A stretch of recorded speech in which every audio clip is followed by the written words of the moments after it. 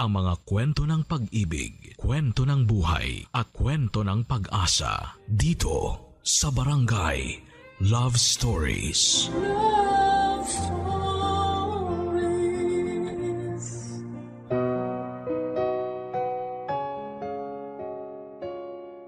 Wala nang mas hihigit pa sa puso ng isang ina, kundi ang kapakanan ng kanyang minamahal.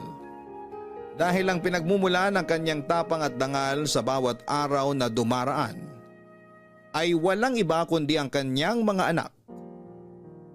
Ikaw kabarangay, masasabi mo bang isa kang mabuting ina? Matagal nang magkaibigan sina Glenda at ang letter sender nating si Sharon. Maraming pagsubok na ang kanilang pinagdaanan at pareho nila itong nalampasan. Magkasama sila sa bawat saya at lungkot dahilan kung bakit mas tumatag pa ang kanilang pagkakaibigan. Pero dahil sa isang hindi inaasahang pagsubok, malalagay sa alanganin ang ilang taong kanilang pinagsamahan. Paano kaya nila malalampasan ang problemang dumating sa kanilang buhay? Yan ang malalaman natin dito lamang sa mga kwento ng pag-ibig, buhay at pag-asa sa nangungunang Barangay Love Stories. Dear Papa Dudut, para sa mga kababaihan, ang pagiging ina ay isang malalim, makapangyarihan at masayang karanasan. Pero hindi lahat ng babae ay nabibigyan ng pagkakataong maging isang ina. Marami dyan ang hirap magkaanak at makabuo ng bata. Isang bagay na nakaka-relate ako dahil pinagdaanan ko rin ito. Ako nga po pala si Sharon, 61 years old. Hindi man single parent pero mag-isa kong pinalaki ang kaisa-isa kong anak na si Aryan. Dahil buong buhay nito ay laging nasa laot ang tatay niya. Seaman kasi ang asawa ko kaya mag-isa kong pinalaki ang anak namin habang nasa malayong lugar ang kanyang ama. Milagro na ang turing namin ng asawa ko kay Aryan dahil matagal na panahon naming siyang inintay sa buhay namin. Sa kasamaang palad ay hindi na po siya nasundan, na okay lang para sa amin dahil sapat na ang blessing na yon, na kung tutuusin ay kamuntikan na naming hindi matanggap. Dahil miracle baby ang tingin namin kay Aryan, ibinigay namin ang lahat ng kagustuhan niya sa buhay. Siya ang aming unika iha, kaya sobrang spoiled siya sa kanyang ama. Kapag may kailangan siya o gusto na kailangang pagkagasusan, hindi nagdadalawang isip ang ama nito na magpadala ng pera. Yun na lang kasi ang tanging paraan niya para ipakita sa anak namin ang pagmamahal nito. Sa kabila ng pagiging spoiled ay hindi naging bratinela si Aryan. Alam niya kung ano ang limits niya dahil sinisigurado kong habang bata pa siya ay kailangan na niyang matutunan ang pagkakaroon ng mabuting loob. Mabait siyang bata, masunurin at lumaking may galang sa mga nakatatanda. Sweet siyang bata kahit na overprotective akong ina. May takot din siya sa Diyos at takot siyang makasakit ng kapwa niya. Pero katulad ng lahat ng bata ay dumarating ang panahon kung saan ay tumatanda rin sila. Noong nagdalaga si Aryan ay doon ako unang nakakita ng pagbabago mula sa kanya. Medyo lumayo ang loob niya sa akin na hindi ko naman binigyan ng malalim na kahulugan. Dahil tingin ko'y parte ng pagdadalaga niya yon. May mga panahon talaga na dumadaan sa rebellious phase ang mga bata lalo na noon sa edad niyang 22 years old.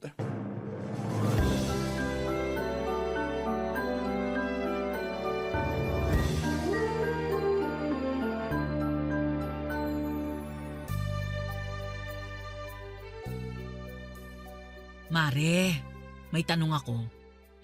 Ano yun? Since ikaw yung mas maraming anak, Grabe ka naman sa maraming anak, Mare. 3 lang naman yung anak ko. hindi, kumpara sa akin, mas maraming anak mo, di ba? Okay, may point ka naman doon. O ano ba yung tanong mo? Paano mo masasabi kung nasa rebellious stage na yung anak mo? Bakit? Nagre-rebelde na ba yung anak mo? Hindi naman, pero may mga napapansin lang akong pagbabago sa ugali niya ngayon. Naisip ko lang na baka nasa rebellious stage na siya. 22 na si Aryan ah. Hindi ba yung mga rebellious stage na yan nangyayari lang sa mga teenager? Kasi alam mo yung mga anak ko, naging pasaway talaga sila nung teenager sila. Pero ngayon, medyo umukay na naman sila. Siyempre, late bloomer kasi si Aryan Kaya baka ngayon lang siya papasok sa ganoong parte ng buhay niya. Kung sa bagay nga, oo. Pero sobrang istrikta mo kasi kaya naging late bloomer yung anak mo Pero bakit mo naman naisip na baka nag-rebelde si Aryan? May ginawa ba siyang masama? Wala naman. Wala pa naman ako nadidiskubre. Nagbibisyo ba siya? Hindi. Nagbabarkada? Hindi rin. Oh, sinasagot-sagot ka ba niya kapag pinagagalitan mo siya? Hindi pa naman nangyari yun. Hindi yun pala sagot Oh, di hindi yung nagre-rebelde. So anong meron sa kanya? Bakit nag-iiba ang ugali niya? Ano ba yung ginagawa niya? Ba't mo naman nasabi na nag-iiba yung ugali niya? Hindi ko alam. Medyo lumalayo na siya sa akin. Lagi na lang siyang nasa kwarto niya tuwing umuuwi siya galing trabaho. Hindi na siya masyadong nakikipagkwentuhan sa akin katulad ng dati. Para bang may itinatago siyang sikreto sa akin. Nako, hindi nagre-rebelde ang ganong tao. Ano ka ba, Mare? Anong tawag mo dun? Ibig sabihin lang, tumatanda na yung mga anak natin. May kanya-kanya na silang buhay. May mga sikreto na sila na hindi na kailangan sabihin pa sa atin. Hindi na sila mga bata na excited ikwento sa ating mga nanay nila kung ano ba yung naging araw nila. Ganun ba? Oo, ganun yun, Mare. Kala ko naman kung ano na. Nag-alala pa naman ako. Normal lang yun, Mare, no? Minsan, sinasarili nila yung mga problema nila kasi nahihiya na silang lumapit sa mga magulang nila para humingi ng tulong. Ma-pride na yung mga yan.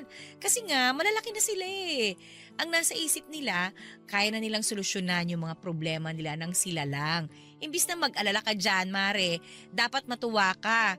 Kasi alam mo ba kung anong ibig sabihin nun? Ano? Ibig sabihin lang nun, nakakatayo na sila sa sarili nilang mga paa. Hindi na sila dependent sa atin. Kaya na nila mga sarili nila, Mare. Nakakalungkot naman kung ganun. Hindi pa ako ready na malayo sa akin si Aryan Naku, ganyan talaga ang buhay. Hindi forever na magiging sa atin yung mga anak natin. Darating yung time na aalis din sila sa pugad nila para humayo at bumuo ng sarili nilang buhay. Ay, ang bilis talaga ng panahon. Parang kailan lang nung tinuturuan ko pang maglakad si Aryan. Tapos ngayon, kayang-kaya na nilang maglakad palayo sa nakagisna nilang buhay.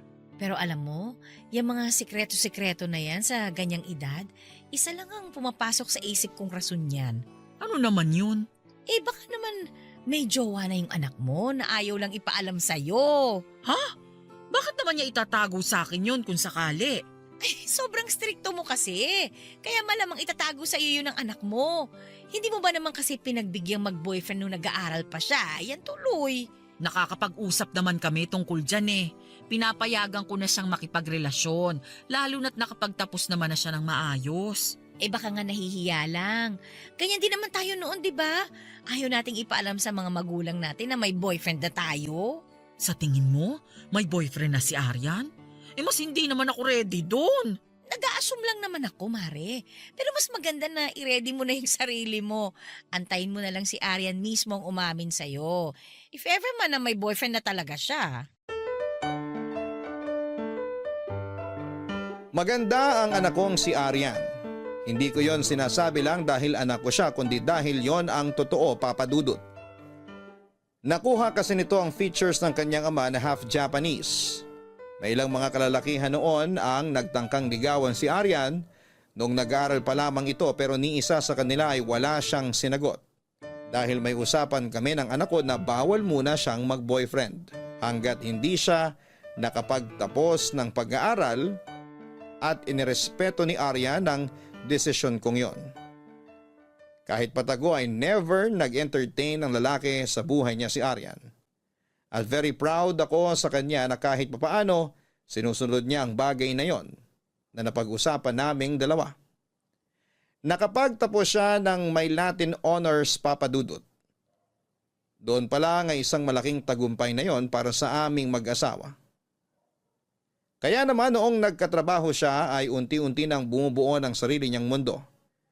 Masakit man para sa akin ay unti-unti ko nang hinayaang buksan ni Aryan ang kanyang mga pakpak para magdesisyon para sa kanyang sarili. Alam ko noong mga panahong yon na kaya na niya ang sarili niya at marunong na siyang pumili ng mga tamang desisyon. Malaki ang tiwala ko sa kanya na hindi siya gagawa ng ikakasira ng kanyang buhay, pero ganon pa man, hindi ko pa rin naman tuluyang inalis ang sarili ko sa buhay niya. Bilang isang magulang, kailanman ay hindi matatapos ang trabaho namin para sa anak namin. Kaya noong nag-inala ako na baka may boyfriend na nga ang unika iha ko ay biglang lumabas ang pagiging protective mother ko, Papa Dudut. Oh, madam. Heto na yung in-order mong maha blanca. Ayan, matagal ko ng craving to eh. Buti naisip mong gumawa ulit. Lagi ka nag-request kaya gumawa na ako kasabay nung ilang order ng putot kutsinta na binebenta ko. Salamat, Mare. Mamaya na lang yung bayad ha, send ko na lang kapag okay na yung online banking. Down daw yung system ngayon eh. Okay lang. Mag-isa ka na naman dito sa bahay nyo? As usual. O nasan si Aryan? Nasa trabaho. Wala, off niya ngayon. Pero lumabas siya kasama ng mga kaibigan niya. Lagi naman yung lumalabas kada weekend eh. Kaya naman pala gusto mong ako mismo mag-deliver nitong maha eh. Naghahanap ka na naman ng katsikahan, no?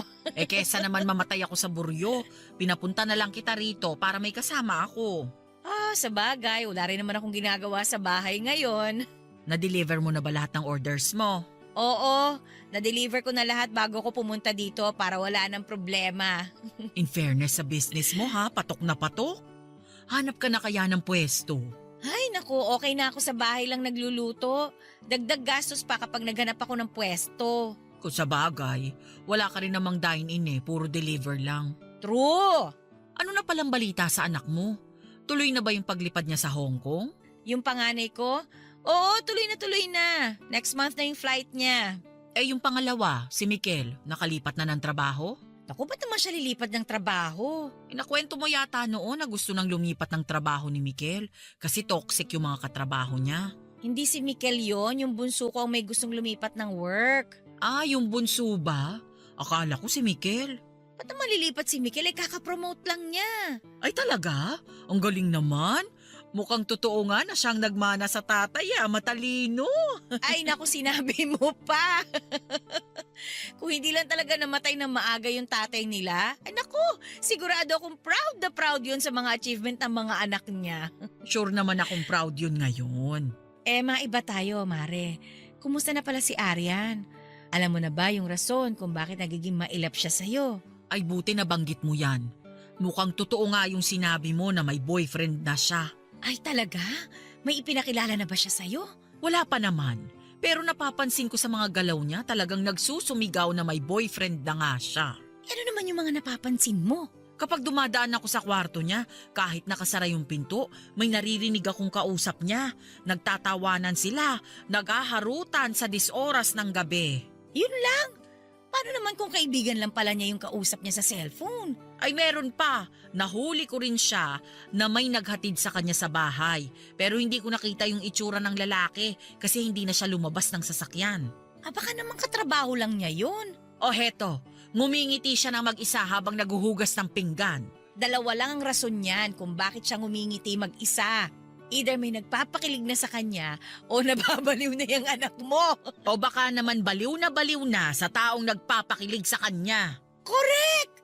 So ano naman ang mararamdaman mo kung sakaling ang may boyfriend na yang si Aryan? Masaya naman ako. Nasa legal age naman na siya para magkaroon ng karelasyon eh. Masyado nang ang late ka mo. Ano ka ba? Basta sana, ang hiling ko sa kanya, mapunta siya sa maayos na lalaki. Matalino naman yan si Aryan eh. Sure ako marunong yung pumili ng jojowain. Hindi yung papatol sa putyo-putyo lang, Mare. Ay sana nga.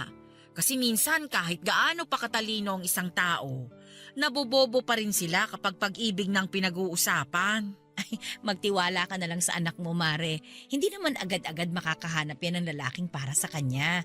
Basta ang mahalaga, nandyan ka once na maging broken-hearted siya. Huwag naman sana siyang maloko. Ako yung masasaktan eh. Nako, ganyan talaga ang pag-ibig. Ikaw naman, Mare, para namang hindi ka dumaan dyan. Hindi naman po ako controlling na ina, Papa Dudut. Alam ko kung ano ang limit ko sa pagiging istrikta dahil minsan na rin akong dumaan noon sa stage ng buhay na pinagdadaanan ni Aryan. Yan ang isa sa mga phases na kailangang bantayan natin ang anak natin dahil oo nga't hindi na sila bata pero hindi pa sila ganon katanda para makapag-isip ng tama. May mga pagkakataon na mas nauuna ang emosyon nila kesa sa paggamit ng utak at ayoko namang mapunta sa maling direksyon ng anak ko. Ang nais ko lang noong mga panahong yon ay gabayan si Aryan sa unang salang nito sa pag-ibig para sa ganon. Kapag nagkaproblema ang anak ko ay mabilis ko siyang matutulungan. Isa sa mga bagay na nagustuhan sa akin ng anak ko ay hindi ako masyadong nakikialam sa buhay niya. Lalo na noong nagdalaga siya, Papa Dudut. Binibigyan ko kasi siya ng oras para mag-decide para sa sarili niya. At kung ano man yon ay lagi ko siyang sinusuportahan. Pero sa mga bagay katulad ng pag-ibig, gusto ko na kahit papaano ay aware ako kung sakali mang may boyfriend na siya. Gusto ko na ako ang maging takbuhan niya pagdating sa mga advice o kapag maranasan niya ang unang heartbreak niya. Ang problema, Papa Dudut, ay never nag-open sa akin si Aryan tungkol sa love life niya.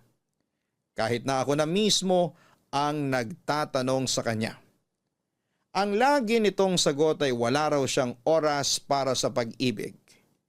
Hindi ako napanatag sa mga sagot na yon ng anak ko.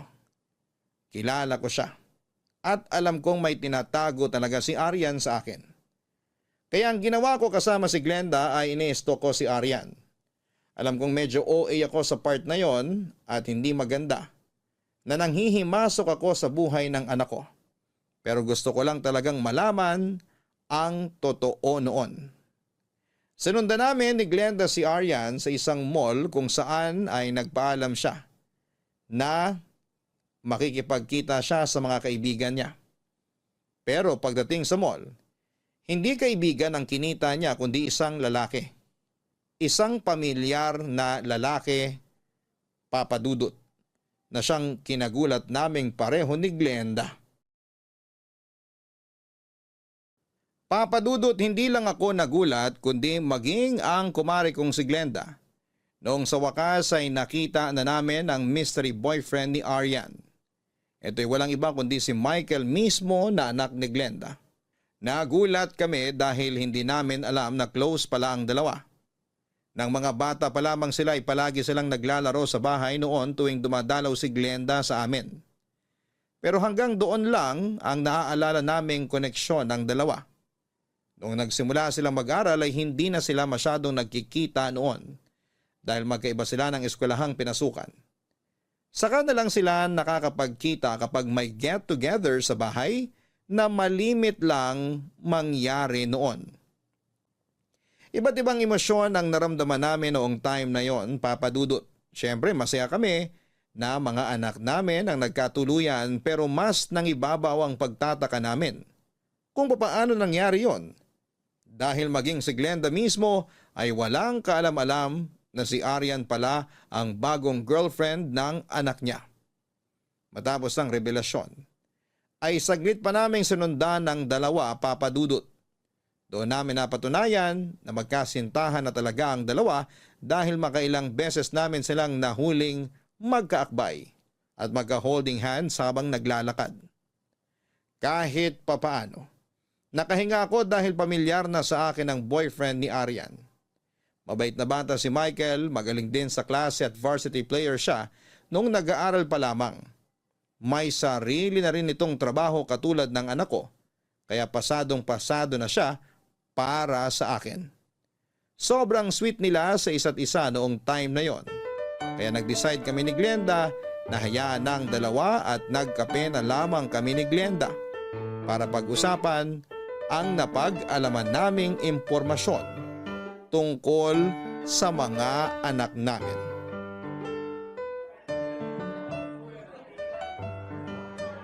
Oh, totoo ba talaga tong nakita natin? Si Aryan at Mikel? Ay naku Mare, maniwala ka sa akin, pati ako nagulat. Hindi mo ba alam na may girlfriend si Mikel? Alam ko na may girlfriend siya, pero hindi naman kasi ako nakikialam sa love life ng mga anak ko. Kaya hindi ko kilala kung sino yung girlfriend niya ngayon. Kung ipapakilala nila sa akin yung girlfriend nila, tatanggapin ko. Pero so far, yung panganay ko pa lang yung nagpapakilala ng girlfriend niya sa akin eh.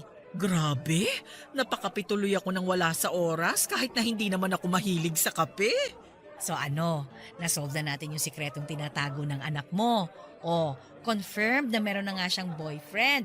At nakakaloka, anak ko pa talaga. Oo nga, nagulat ako. Paano? Ibig kong sabihin, oo, magkakilala sila. Pero hindi ko alam na close pala sila.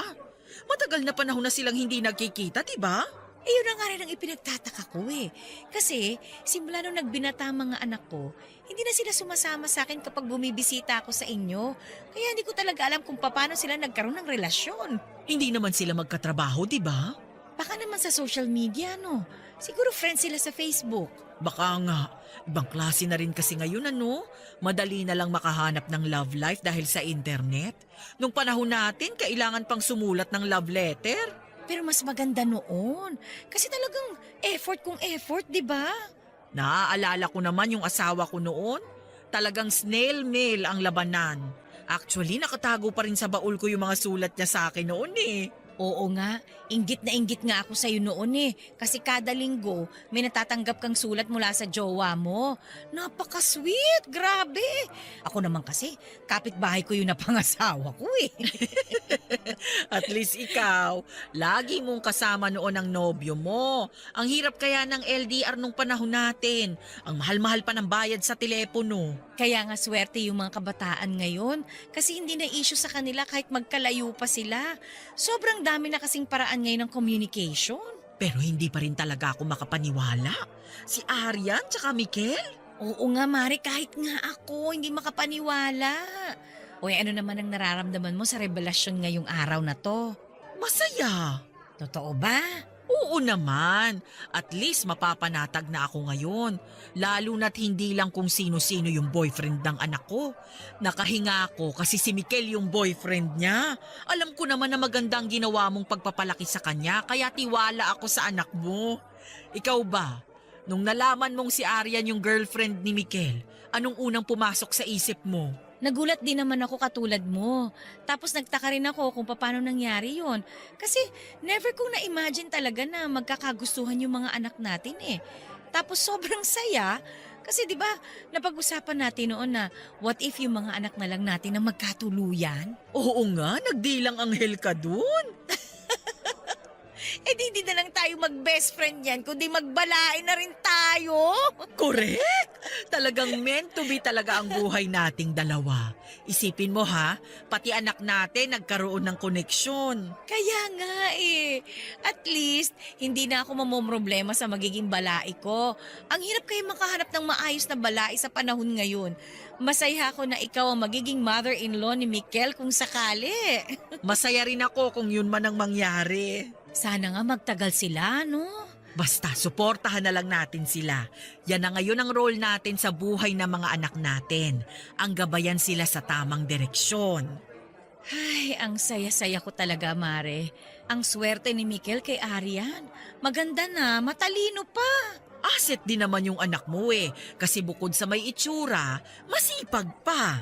Ay, alam mo, i-take out na natin tong iniinom natin, ha? At ituloy natin ang ating tsikahan sa bahay ninyo. Mahirap na. Baka mabuko pa tayo ng mga anak natin na sinusundan natin sila. Ay naku, mabuti pa nga. Matagal na kaming magkaibigan ni Glenda, mga dalaga pa kami noon, ay sanggang dikit na kami. Daig pa namin ang magkapatid sa sobrang close namin sa isa't isa. Lahat ng problema bilang magkaibigan ay pinagdaanan na namin.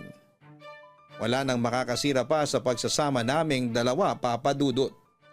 Nagtagpo ang landas naming dalawa ni Glenda noong naging mag-seatmate kami noong high school. Nagsimula ang lahat sa simpleng paghiram ng ballpen hanggang sa naghirama na kami ng notes. Hanggang sa sabay na kaming gumagawa ng assignments noon.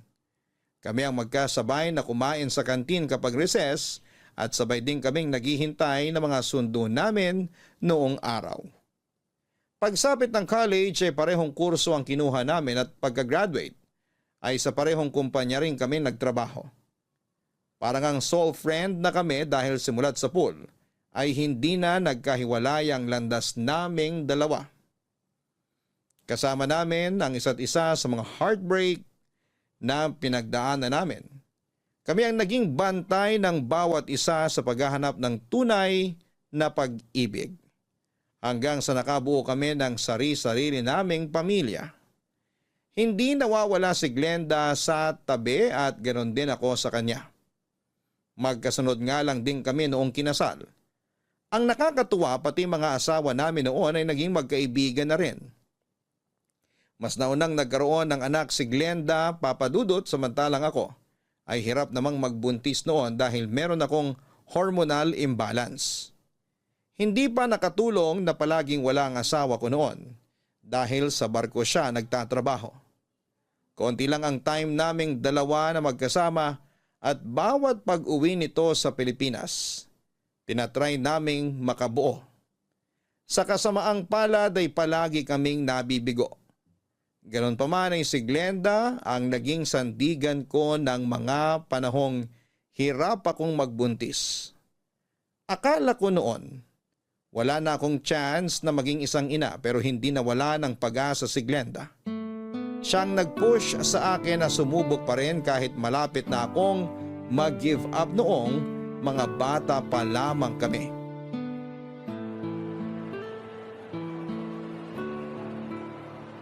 Mare, mauna na ako sa may counter para makapila tayo agad. Marami pa namang tao ngayon. Ay hindi, sasama na ako. Wala na naman akong bibilin eh. Sigurado ka ba? Oo, wala na. Bumili lang ako ng bagong pundat comforter. Okay. Akala ko kasi may gusto ko pang bilhin eh, lalo na sa baby section. Ha? Anong baby section? Ay nako, akala mo ba hindi ko napansin? Ang tagal-tagal mo kaya kanina sa baby section. Ah, yun ba? Wala. Tumitingin-tingin lang ako ng bagong damit para sa panganay ko. Panganay? 3 taon na yung panganay mo. Yung mga damit na chine-check mo kanina parang pambagong panganak eh. Sabihin mo nga, may tinatago ka sa akin oh. Buntis ka ba ulit? Ay, okay, sige. Sasabihin ko na sa'yo ang totoo. Buntis ako. 2 months na. Oh my gosh, totoo nga? Buntis ka? Oo, magkaka-second baby na kami ng asawa ko. Mari, congrats! Pero bakit inabot ka pa ng 2 months bago mo to sinabi sa akin? Pasensya ka na ha. Nahihiya kasi akong sabihin sa'yo tong balitang to eh. Kasi alam ko naman na, di ba nga, hirap kang magbuntis, ayoko namang masaktan ka. Ano ka ba? Ba't naman ako masasaktan? Oo, totoo na matagal na kaming nagtatry ng asawa ko na magkaanak. Di kami makabuo-buo. Pero hindi naman ibig sabihin nun, kailangan mo nang itago sa akin yung totoo. Hindi naman ako ganun kababaw para masaktan, no? Pero oo, aaminin ko, medyo may kaunting inggit ako kasi heto ka, magkakaroon na ng pangalawang anak, tapos ako parang malabo nang mangyari yun. Actually, nung nalaman kong buntis ako, yun talaga yung unang pumasok sa isip ko. Kung paano ko ba to sasabihin sa'yo? Kasi alam ko naman na may pinagdadaanan kayo ng asawa mo eh. Baka maging insensitive ang dating ko. Hindi ko naman itatanggi. Minsan masakit makarinig ng mga ganyang balita. May konting kirot sa puso. Pero hindi ibig sabihin no na hindi ako masaya para sa'yo. Sobrang saya ko kaya para sa inyong mag-asawa. Di ka insensitive sa part na yon. At saka mas lalo akong magtatampo sa'yo kung itatago mo sa akin to tapos saka ko lang malalaman kapag nanganak ka na. Salamat Mare ha, naiiyak tuloy ako. Ang lakas mo!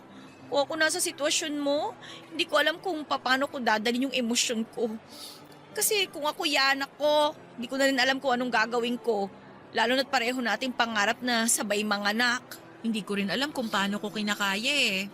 Pero ang tanging pinanghahawakan ko lang ay yung pananampalataya ko sa Diyos. Lagi kong sinasabi sa sarili ko, hindi pa man ngayon, pero darating din. Tiwala lang talaga. Maraming beses ko nang gustong sumuko pero sa bawat dasal ko, nakakaramdam ako ng kapayapaan. Tama yan, tiwala lang talaga.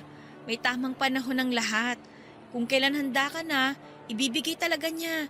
At habang hinihintay mo yun, hindi ka nag-iisa. Nandito lang ako. Salamat. Baka gusto mong bumalik sa baby section, sasamahan kitang mamili. Hindi mo na kailangang magtago, no? Sure ka ba? Oo naman. Kung kanina mo pa sinabi sa akin yung totoo, di nakabili ka na ng gusto mong bilhin. Halika na. Naku, thank you. Plano ko pa naman sanang bumalik na lang sa susunod. Anong akala mo maitatago mo to sa akin? Hindi, no? Kanina pa kaya kita sinusubaybayan. Hindi ka mapakali. Kaya nga sinabi ko maghiwalay na lang muna tayo habang namimili. Tapos nung hinanap kita, nakita kita sa baby section. Doon pa lang nagtaka na ako. Hayaan mo, ililibre kita mamaya. Dito na tayo sa mall mag-lunch ha, para celebration na rin natin. Ay, gusto ko yan. Nga pala, ano namang ipapangalan mo sa second baby mo? Ay, teka, malalaman na ba ang gender ng bata kahit 2 months pa lang? Hindi pa, mga 4 months pa bago malaman yung gender. Sana babae naman, ano? Naku, ayoko. Gusto ko lalaki ulit. Talaga? Oo, mas madali kasing alagaan ng mga lalaki eh. At kung pagbigyan ako ni Lord na lalaki ulit ang magiging anak ko, papangalanan ko siyang Mikel. Matapos ang anunsyong yon ni Glenda ay hindi nagtagal ay nagkaroon din ng laman ng tiyan ko at nagbuntis ako, Papa Dudut. Tuwang-tuwa si Glenda noong nalaman niya na sa wakas ay nagdadalang tao na rin ako. Nang mga panahong yon ay 6 months nang buntis si Glenda sa ikalawan niyang anak. At yun nga ay si Michael. 6 na buwan lang ang pagitan nilang dalawa nung pinanganak ko naman si Aryan. Bilang isang first-time mom, si Glenda ang naging takbuhan ko sa mga bagay na hindi ko pa alam. Kung papaano gawin o papaano ang solusyon. Katulad na lamang noong first time naming paliguan si Aryan. Si Glenda ang unang nagpaligo sa kanya dahil natatakot ako noon na baka mahulog ko siya sa palanggana. Pati na rin sa pagpapakain. Hindi ko alam kung kailan ang tama o baka sobra na siya sa kinakain niya, Papa Dudut. Mahirap ang maging solong magulang lalo na't noong mga panahong yon ay mag-isa lamang akong nag-aalaga sa anak ko. Kaya naman sobrang laki ng pasasalamat ko kay Glenda dahil hindi niya ako iniwanan sa pag-aalaga sa unika iha ko. Sa mga sumunod na taon tuwing may okasyon sa bahay ay laging dumadalaw doon si Glenda kasama ang mga anak nito. Playmates noon sina Aryan at Michael. Siguro yun ang naging dahilan kung bakit nahulog ang loob nila sa isa't isa. Dahil magkakilala na sila simula't pagkabata pa. Hinayaan namin ni Glenda ang mga anak namin na pasukin ang magulong mundo ng pag-ibig. Akala ko noon ay naka-jackpot na ako dahil anak ng best friend ko ang naging boyfriend ni Aryan. Pero hindi rin pala ganon kadali. Ang pagkakaibigan namin ni Glenda ay humarap sa panibagong problema noong nagkaroon ng unang pagtatalo ang mga anak namin, Papa Dudut. Never binanggit sa amin nila Aryan at Michael na meron silang relasyon. Naintindihan naman namin yun ni Glenda dahil ganon din naman kami noong kabataan namin.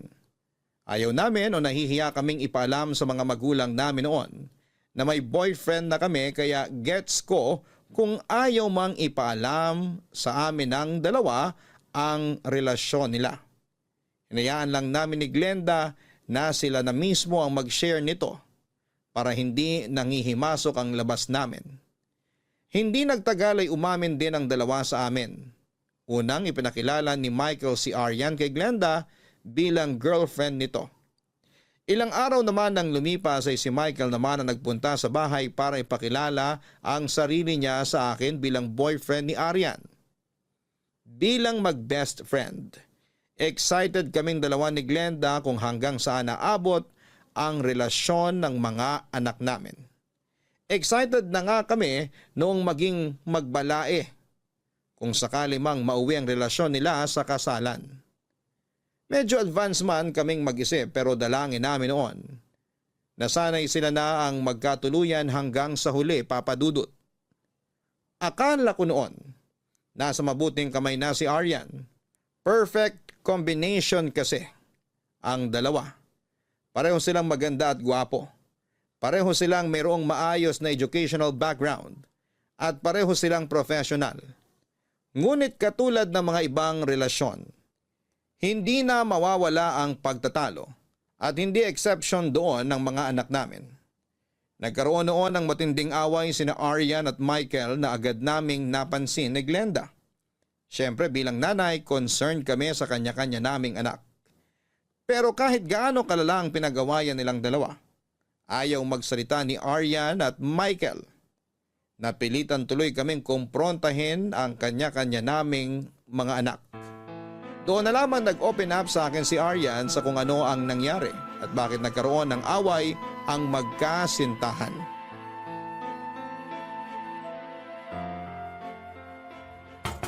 Glenda! Glenda, buksan mo tong gate! Sandali lang, nandyan na! Ang aga-aga, sino naman tong sigaw ng sigaw? Oh, Mare! Bakit? Anong ginagawa mo dito nang ganito kaaga? Nasaan si Mikel? Si Mikel? Eh, natutulog pa siya. Bakit? Ano bang kailangan mo sa anak ko? Ilabas mo rito si Mikel at mag-uusap kaming dalawa! Ay, teka sandali. Bakit ka pa sumisigaw? Kumalma ka nga muna. Paano ako kakalma? Alam mo ba kung anong ginawa ng anak mo sa anak ko? Ay, hindi ko alam. Ano ba nangyari? Nag-away si Arian at Mikel.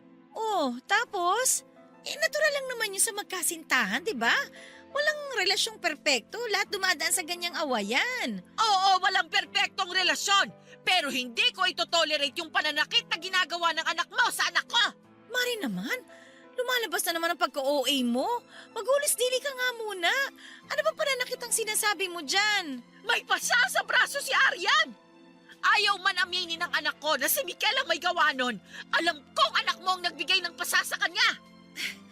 Teka lang ha. Tama ba tong naririnig ko, Mare?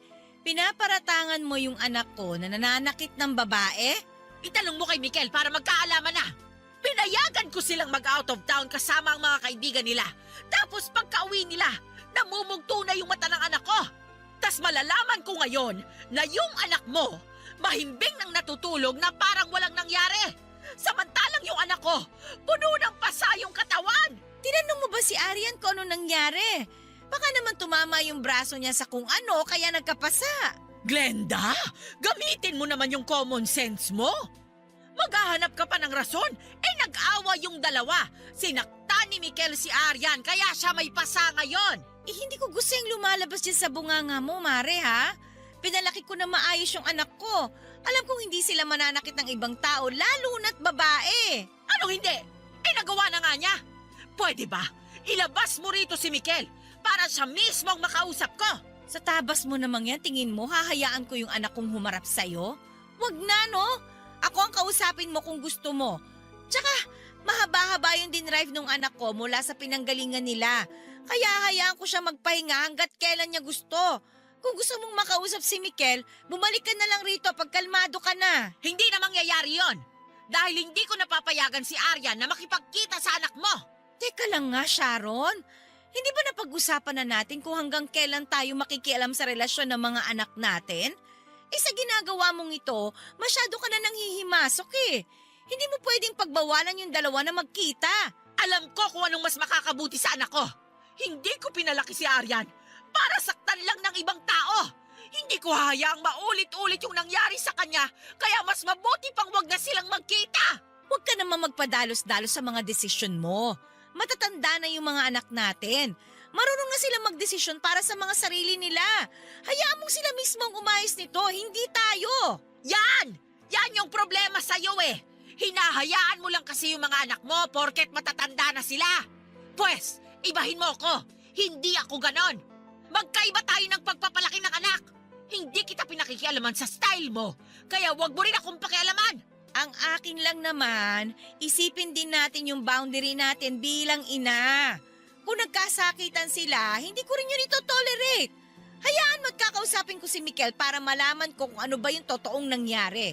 Pero hanggat hindi ko alam yung totoong kwento, hindi ako magbibigay ng judgment doon sa dalawa.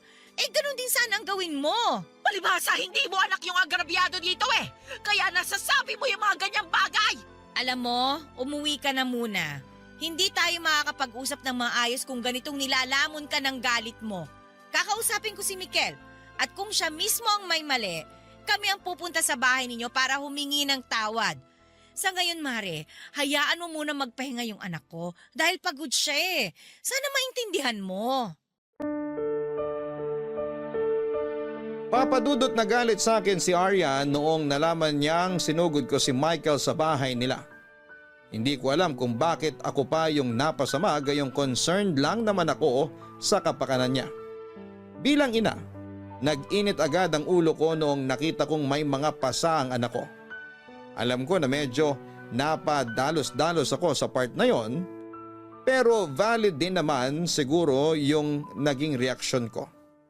Gets ko rin naman si Aryan kung bakit nagalit siya sa akin.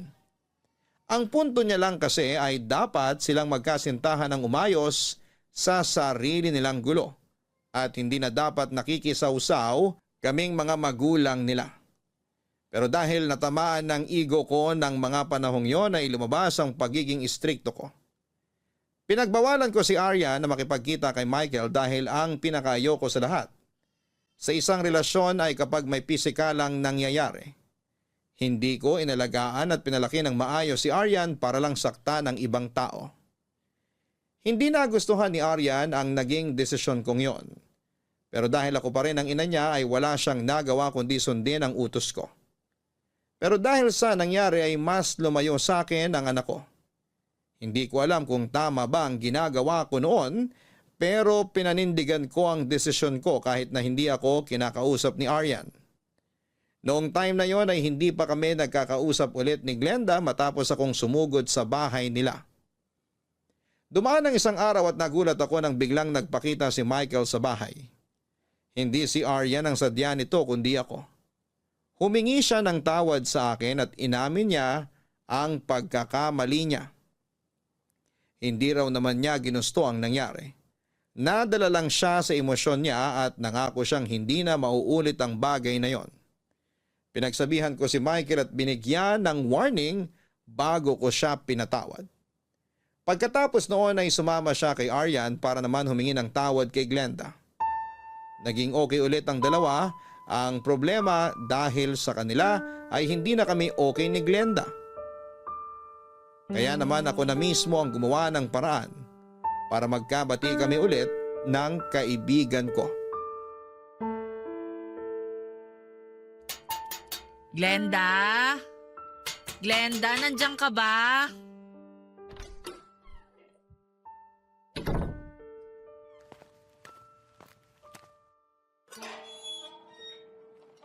Oh, Sharon, anong sadya mo? Mare, pwede ba kitang makausap? Magwawala ka na naman ba rito? Kasi kung yun ulit ang gagawin mo, wala akong oras para makipag-away ngayon. Pagod ako. Hindi. Hindi ako pumarito para magbunga nga katulad nung ginawa ko nung nakaraan. Alam kong galit ka pa, pero sana pakinggan mo ko kahit sandali lang. Hindi ko ikakaila. Masama pa rin ang loob ko sa'yo hanggang ngayon. Sorry, mali yung ginawa ko. Wala akong ibang sadya rito kundi ang humingi ng tawad sa mga ginawa ko. Masyado ka kasing padalos-dalos eh. Alam ko, hindi naman sa pinapaboran ko yung anak ko. Mali talaga yung ginawa nilang pareho, lalo na't nauwi pa sa sakitan. Hindi ko talaga inaasahan yung nangyari eh. Nung nakita kong may pasa si Aryan, biglang kumulo yung dugo ko. Hindi na ako nakapag-isip ng maayos, nadala na ako ng emosyon ko. Naiintindihan rin naman kita. Ina rin ako at kapag nasaktan yung anak ko, syempre magagalit din ako. Pero sana, Naisip mo rin na hindi basta kung sino lang si Mikel. Anak ko siya. Sana naman tinimbang mo muna yung sitwasyon bago mo inakusahan yung anak ko. Kaya nga ako humihingi ng tawad sa mga inasta ko. Pasensya ka na talaga ha. O hayaan mo na yung nangyari. Kalimutan mo na yon. Ang mahalaga, nagkaayos na yung dalawa. Hindi rin naman inosente si Mikel eh. May pagkakamali din siya. Nasaktan niya si Arian. Mali talaga yung ginawa niyang yon at pinagalitan ko talaga siya. Nang malala. Alam mo naman kung paano ako magalit, di ba? Eh mas masungit pa ako sa'yo. Nasabi nga sa akin yan ni Mikel nung nagpunta siya sa bahay para humingi ng tawad. Doon ko lang na-realize na sumobra ako sa mga pinaggagawa ko. Kung alam kong mali yung anak ko, hindi ako magdadalawang isip na pagalitan sila. Pero gusto kong malaman muna yung kwento from both sides bago ako magalit. Para naman hindi ako maging unfair. Yun dapat ang matutunan mo, Mare. Minsan kasi, ang OA mo talaga eh. Oo, alam ko. Kaya nga naiinis ako eh kasi nagpapadala na naman ako sa bugso ng damdamin ko kaysa gamitin ko ang utak ko. Dapat teamwork tayo sa mga ganyang bagay. Kung nag-away man sina Aren at Mikel, huwag natin dagdagan yung apoy. Dapat tayong dalawa yung kusang umapula nun. Huwag kang mag-alala. Sa susunod, hindi na mangyayari yun. O basta, kung may nagawa mang hindi tama si Mikel, sa akin mo sabihin. Ako nang bahala sa anak ko. Ganon din kapag may nagawang mali si Arian, sa'yo ko sasabihin para ikaw yung kumausap sa kanya. Yun ang trabaho natin bilang mga ina. Yung pangaralan yung mga anak natin. Pero huwag na tayong lalampas dun sa linya. Sorry talaga. Hayaan mo na nga yung nangyari. Ang mahalaga, nagkaayos na sina Arian at Mikel.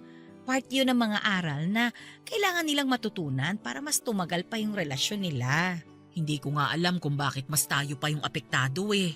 Tingnan mo yung dalawa, parang lovebirds na ulit. Tapos tayo tuloy yung magkaaway. Kaya nga iba na talaga mga kabataan ngayon. Madali na lang silang magpatawad. Hindi na uso sa kanila yung nagtatanim ng galit. Mas open-minded na kasi sila kaysa sa atin. Ano ba yung tawag nila sa atin? Boomer? Hindi ata tayong boomer, Mare. Mas matanda yung mga yun eh. Generation X ata tayo. Yun yata ang tawag sa atin. Basta kung ano pa yan. Magkaiba na talaga yung henerasyon natin sa henerasyon nila. Tama yung sinabi mo. Gabay lang talaga ang maibibigay natin sa mga bata. Oo, mas maganda yung hayaan nating sila mismo ang umayos sa mga problema nila para hindi sila maging dependent sa atin. Tsaka na lang siguro tayo papasok kapag sumosobra na sila sa mga ginagawa nila. Tama. So ano? Friends na tayo ulit? Sira, bakit? In-unfriend ba kita? Parang di naman tayo dumaan sa tampuhang ganon. Mas malala pa nga yung away natin noon di ba? Hindi sa ganung bagay masisira ang friendship natin. Kaya syempre, friends pa rin tayo. Salamat. Ay, halika na. Pumasok ka muna at marami pa tayong pagchichismisan. Pagkatapos ng lahat ng nangyari ay naging smooth na ang takbo ng mga kaganapan sa buhay namin. Mas naging open na si Arian at Michael sa relasyon nila at sa pamamagitan nito ay nagabayan namin sila ng mas maayos ni Glenda. Kapag nagkakaroon sila ng pagtatalo, kami ang lagi nilang takbuhan at masaya kami ni Glenda na nakakatulong kami sa relasyon ng mga anak namin. Ang pagsasama nila Arian at Michael ay tumagal ng 7 taon. Hindi naging madali ang pagsasama nilang dalawa. Marami silang problemang pinagdaanan. Marami silang pagsubok na hinarap. Pero sa huli mas nanaig ang pagmamahalan nila para sa isa't isa. Ang pagsasama nilang yon ay nauwi sa kasalan na siyang kinatuwa namin ni Glenda. Bilang ito ay first wedding sa pamilya nila Michael at only wedding naman na mararanasan namin ay pinaghandaan ng 2 pamilya ang kasal. Aakuhin dapat ni Glenda ang gastos sa kasal.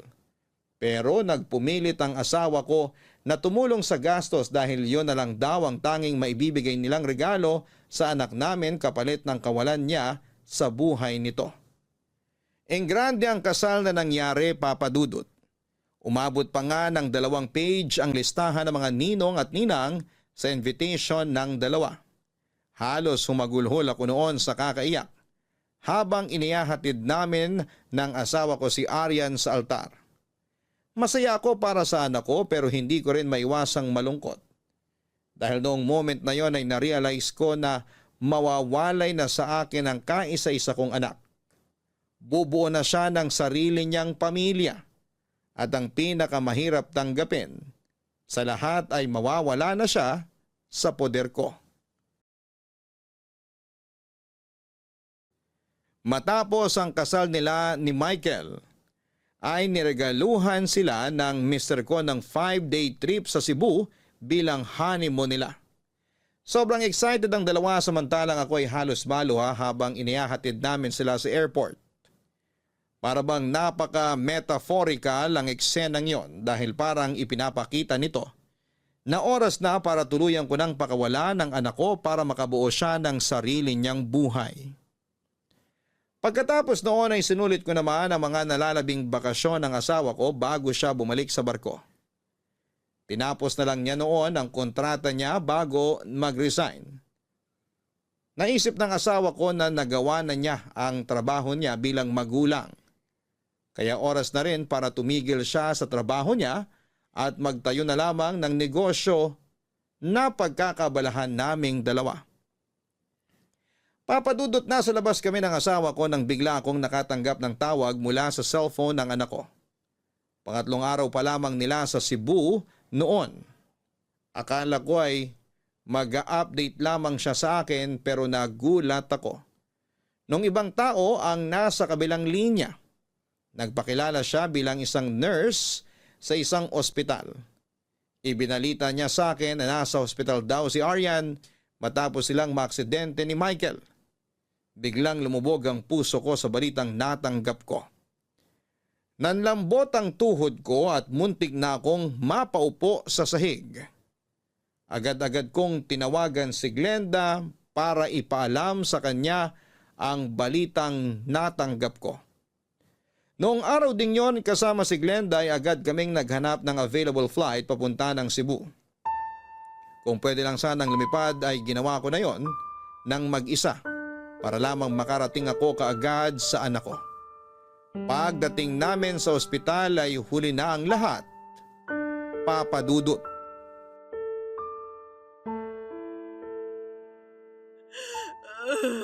Mare, etong tubig, uminom ka muna. Hindi ko kailangan ng tubig. Kailangan ko ang anak ko. Sharon, kumalma ka lang. Okay lang sa kanina eh. Humihinga pa siya.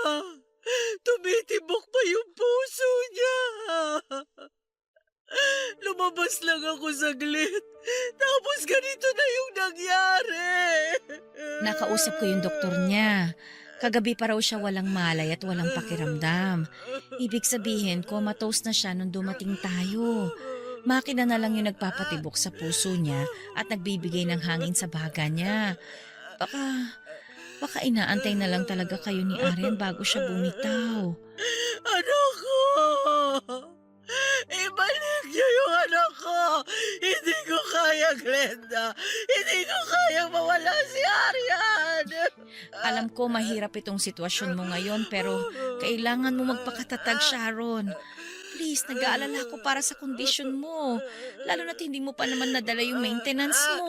Mas mabuti pa nakihina lang ako rito para mamatay na rin ako. Huwag ka namang ganyan. Huwag ka magsalita ng ganyan. Masakit na nga itong pagkawala ni Arian. Kung pati ikaw mawawala, hindi ko na ito kakayanin. Bakit? Bakit kailangan mangyari ito sa akin? Walang sino man ang gustong mamatayan ng mahal sa buhay.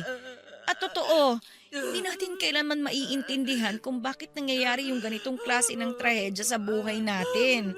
Pero sa mundong ito, may mga bagay talagang hindi natin kontrolado.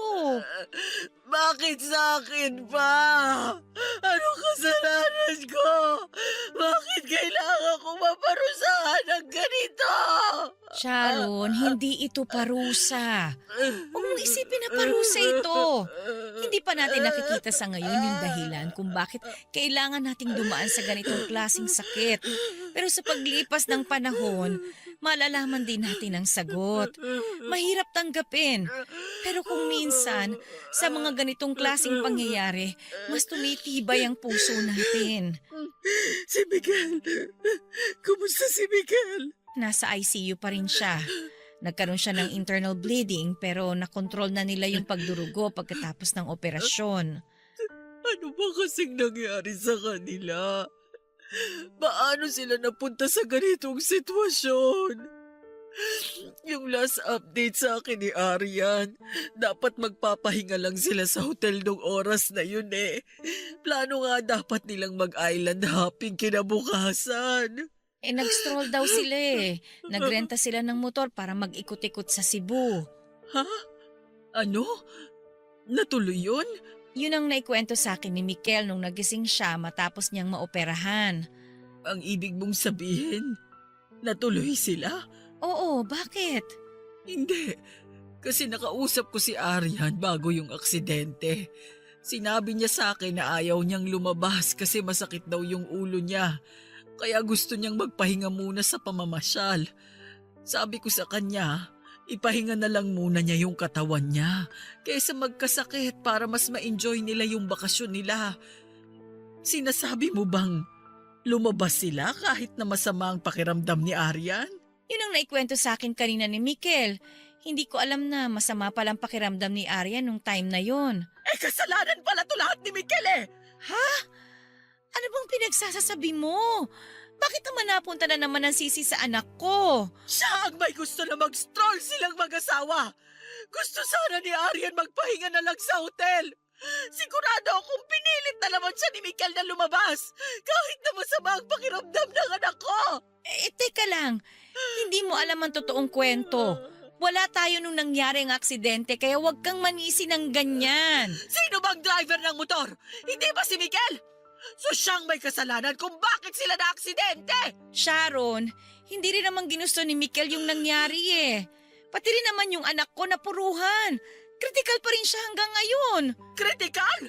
Mabuti nga ikaw nakausap mo pa yung anak mo eh. Pero ako, hindi man lang ako nakapagpaalam sa kanya. Sharon. Bitiwan mo ako! Kung hindi dahil sa anak mo, dapat buhay pa si Arian ngayon! Huwag ka namang ganyan. Bakit mo itutuon yung buong sisi kay Mikel? Umalis ka na rito! Bantayan mo na lang yung anak mo! Ayaw mo na kitang makita ngayon! Please lang, Glenda! Sharon. Umalis ka na! Wala na ang unika iha ko. Ang anak na matagal kong hiniling sa Diyos at inalagaan kong parang prinsesa ay bigla na lamang nawala sa buhay ko. Hindi ko matanggap na sa ganoong paraan lamang humantong ang buhay ni Arian. Sobrang bata pa niya para bawiin sa akin. Marami pa siyang pwedeng gawin at maranasan sa buhay na kailanman ay hindi na niya magagawa pa. Sa kalagitnaan ng pagluluksa namin ay lumayo ako sa mga tao. Nang mga panahong yon ay galit ako sa mundo, galit ako sa asawa ko, galit ako kay Glenda, galit ako sa lahat. Sobrang laki ng tampo ko noon sa Panginoon dahil hindi ko maunawaan kung bakit gano'n na lamang niya kaagang kinuha mula sa akin si Arian. Never pumasok sa isipan ko na mas mauuna pang mawala ang anak ko kesa sa akin. Walang magulang ang may gusto ng ganong karanasan na ikaw mismong ina ang maghahatid sa iyong anak sa kanyang huling hantungan. Ilang linggo ang lumipas at tuluyan na ring bumigay si Michael. Doon lang ako natauhan, Papa Dudut. Hindi lang ako ang nawalan ng anak. Hindi lang ako ang nagluluksa. Hindi lang ako ang nasasaktan. Doon ko lang na-realize na walang may gusto sa nangyari. Na guilty ako na habang kinakamuhian ko si Glenda Dahil sa pagkamatay ni Aryan ay pilit pa rin niya akong sinasamahan sa pagluluksa ko. Hindi ko naisip na maging siya ay may pinagdadaanan ding problema ng mga oras na yon. Labis ang pagsisisi ko na kay Michael ko ibinunto ng galit ko. Siya ang sinisisi ko sa pagkawala ng anak ko kahit na alam ko namang hindi yon ginusto ng bata. Noong dumating ang labi ni Michael, ay sinamahan ko si Glenda sa unang araw ng lamay ng kanyang anak. Doon ay humingiran ako sa kanya ng tawad.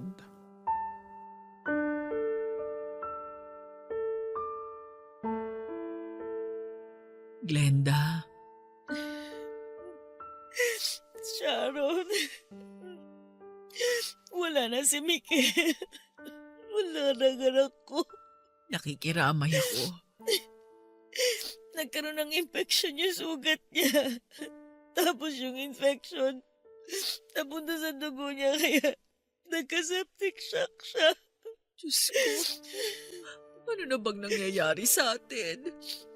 Bakit sabay pa tayong nawala ng anak? Akala ko magiging okay na ang lahat eh.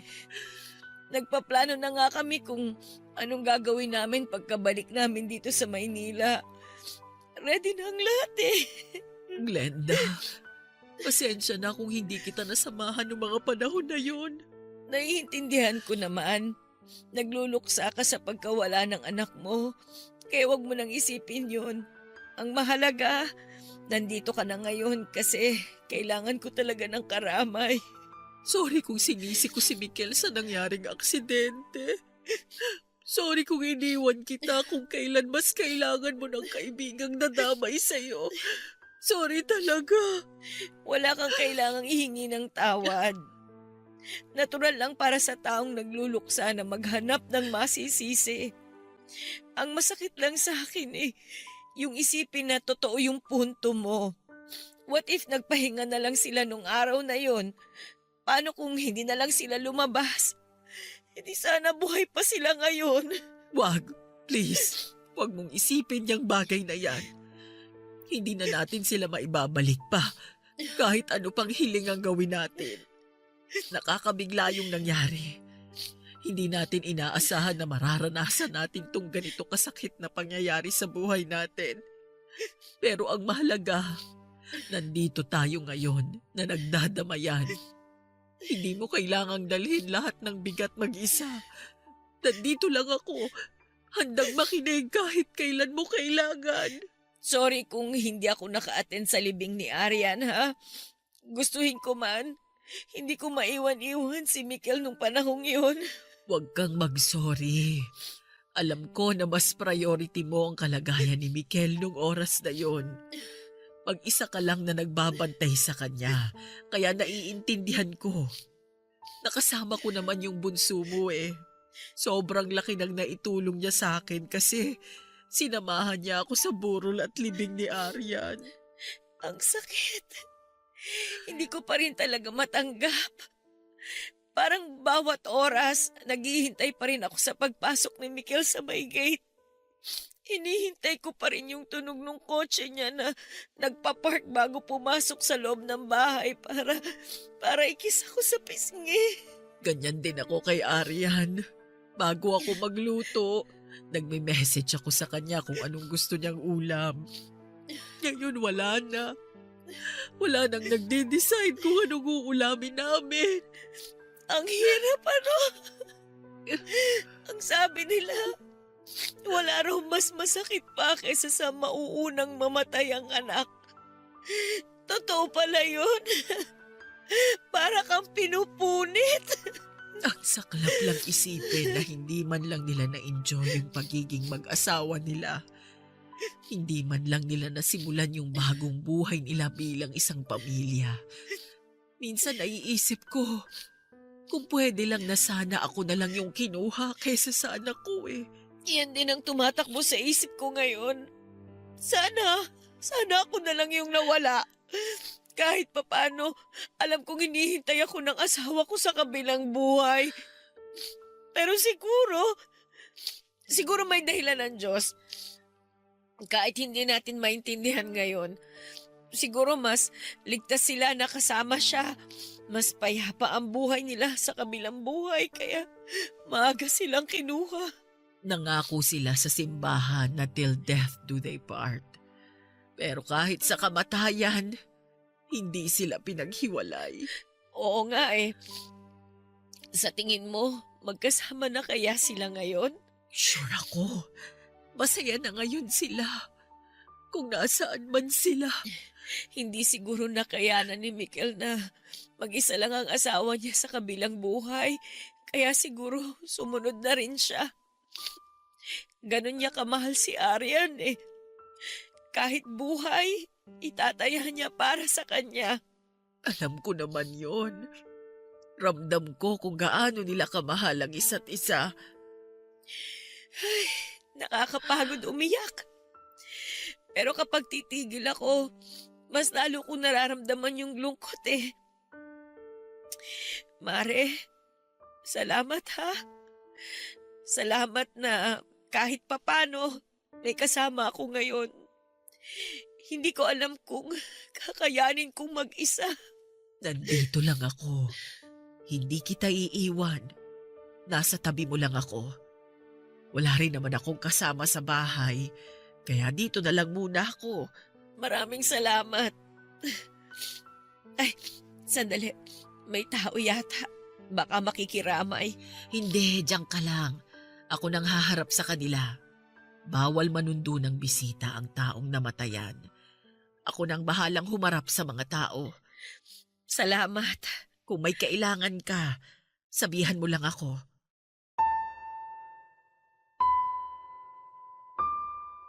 Forever nang magkakaroon ng butas sa puso ko dahil sa pagkawala ng kaisa-isa kong anak. Isang butas na kailanman ay hindi na mapupunan. Alam kong walang ina ang makakapag-move on sa ganong klase ng trahedya. Hanggang sa bawian ako ng buhay, ay araw-araw kong iisipin ang buhay na hindi na mararanasan ni Arian at Michael. At tuwing naaalala ko sila ay sobrang laki ng panghihinayang ko. Ganon pa man ay hindi talaga natin hawak ang buhay natin kaya dapat ay lagi natin itong pinapahalagahan araw-araw. Dahil hindi natin alam kung hanggang saan hahantong ang buhay na pinapangalagaan natin. Hanggang ngayon ay patuloy pa rin na nagluluksa ang puso ko. Tuwing naaalala ko ang pangyayaring yon sa buhay namin. Mahirap mang tanggapin ang katotohanan ay nagtulungan kami ni Glenda na labanan ang sakit at tanggapin ang katotohanan. Katulad ng dati, inangat namin ang isa't isa at muli naming hinatid ang bagong hamon ng aming buhay. Siguro kung wala si Glenda sa tabi ko ay hindi ko makakayanang lampasan ang parting yon ng buhay ko. Kaya napakalaki ng pagpapasalamat ko sa kaibigan ko. Dahil nagkaroon ako ng sandalan noong nangangailangan ako ng masasandalan. Papadudot, dito na po nagtatapos ang kwento ko sa inyo. Para sa mga katulad kong magulang, gusto ko lang ipaalala sa inyo na hindi natin hawak ang oras ng ating mga anak. Hindi natin alam kung tayo ang mauunang mawala o sila. Kaya naman hanggat kasama pa ninyo ang inyong mga anak, huwag kayong magdadalawang isip na ipakita sa kanila kung gaano ninyo sila kamahal. Dahil sila ang biyaya sa atin ng may kapal na kailanman ay hinding-hindi mapapalitan. Hanggang sa muli, papadudot ang inyong forever kapuso at kabarangay, Sharon. Walang salitang sasapat para ilarawan ang sakit ng isang inang nawala ng anak. Ito'y parang katahimikan na sumisigaw. Luha na walang patid at pusong hindi kailanman magiging buo. Ngunit kahit ganon, matuto tayong mabuhay hindi para kalimutan sila, kundi para ituloy ang mga ala-alang hinding-hindi natin makakalimutan. Hanggang sa muli, ako po ang inyong si Papa Dudut sa mga kwento ng pag-ibig, buhay at pag-asa sa Barangay Love Stories, number 1. Barangay Love Stories. Barangay Love Stories. Ano ang masasabi mo sa ating Barangay Love Stories today? Aabangan namin yan sa aming comment section. Ang mga kwento ng pag-ibig, kwento ng buhay, at kwento ng pag-asa dito sa Barangay Love Stories. Love Stories. Huwag sasama ang loob kung tayo man ay tinuturuan ng mga nakatatanda sa atin. Hindi dahil marami na silang nagawang tama, kundi minsan mas marami pa silang nagawang mali. At yon ang ayaw na nilang pagdaanan pa natin. Ikaw kabarangay, natuturuan ka ba?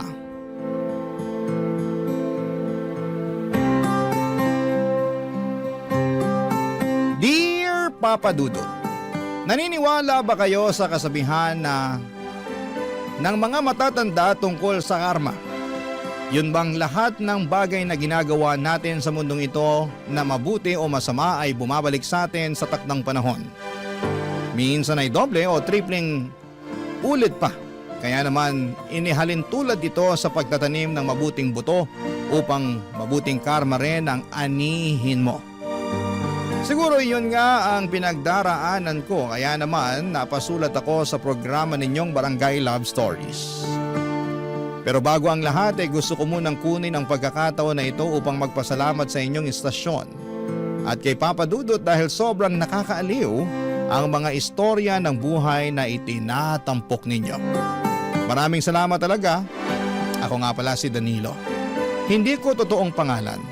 Taga Taytay Rizal at nasa 29 years old na ako. Kung babalikan ko ang aking kabataan, noong araw ay masasabi kong nuknukan ako ng sutil. Kaya naman abot sa kabilang barangay ang konsumisyon sa akin ng mama ko.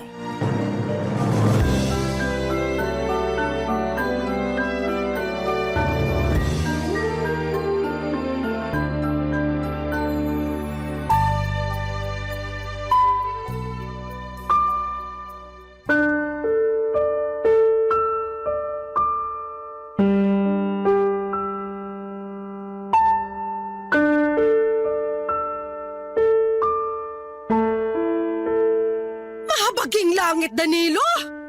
Ano ba namang klase to mga grado mo? Puro palakol! Duda tuloy ako kung makakapasa ka nito sa high school. Ilang beses ko po bang dapat ulit-ulitin na sabihin sa inyo na ayaw ko na nga po mag-aral? Kayo lang yung pilit ng pilit sa akin. Tapos nagre-reklamo kayo na ganyan mga grado ko. Sino hindi magre-reklamo? Ikarekla-reklamo naman talaga to. Tsaka ano na lang ang sasabihin sa'yo ng namayapa mong papa nito, nak? Siguradong kinahihiya ka na nun sa langit. Yan po yung ayaw ko sa inyo eh. Dinadami nyo palagi si Papa wala na nga yung tao. Baka imbis na nananahimik na yung kaluluwa nun sa langit, palagi pang naiistorbo at nangungonsume, kakabanggit nyo ng pangalan niya sa tuwing pinagagalitan nyo ko. Paano hindi ako magagalit? Kagalit-galit naman kasi itong pinaggagawa mo sa pag-aaral mo. Baka nakakalimutan mong hindi ka bumabata. 20 anyos ka na, di ba?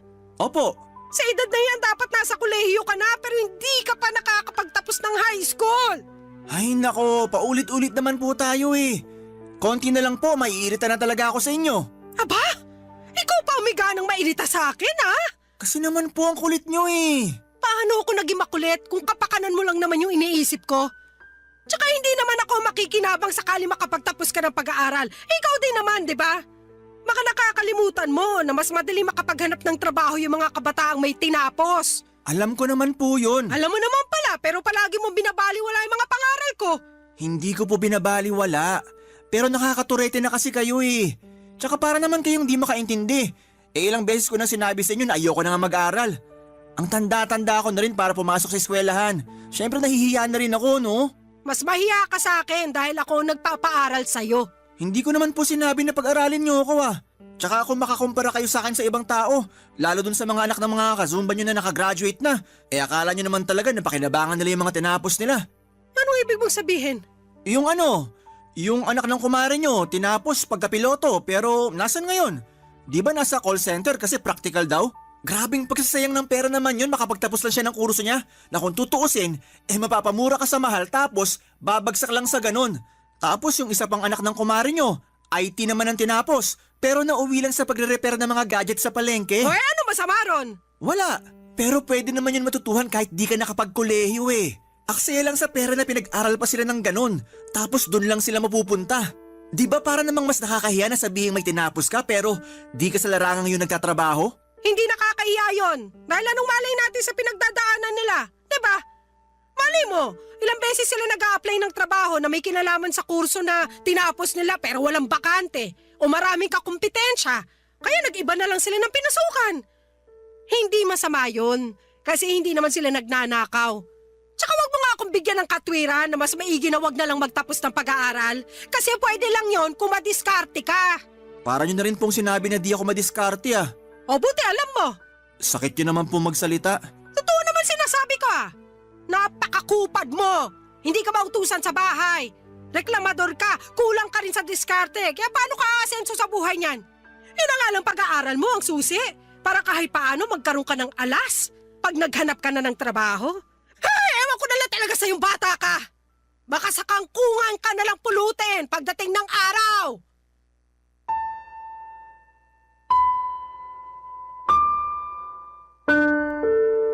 Papadudot kung may ibang kabataan na nagkakandara pang makapag-aral, pues baliktarin niyo po ako. Dahil hindi ako yung klase ng kabataan na sabik sa pag-aaral. Pero gusto ko lang pong linawin na hindi ako proud sa bagay na yon ngayong matanda na ako. Pero noong mga panahong yon kasi wala talaga sa puso ko ang kahalagahan ng edukasyon, dahilan kung bakit hindi ko iniintindi ang mga sinasabi sa akin ng mama ko. Kumbaga pasok lang sa kanang tenga at labas naman sa kaliwa ang ginagawa ko. Dahil sa mahabang grado or mababang grado na nakukuha ko sa eskwelahan simula nang tumungtong ako ng elementarya at nadala ko na nga ito noong high school ako, ay hindi na ako umaasang makakagraduate katulad ng gustong mangyari ng nanay ko. Pero mapilit siya kaya gumawa ako ng isang bagay para matakasan ang pag-aaral. At makalipas lamang ang 2 buwan ay binalita ko yon kay mama.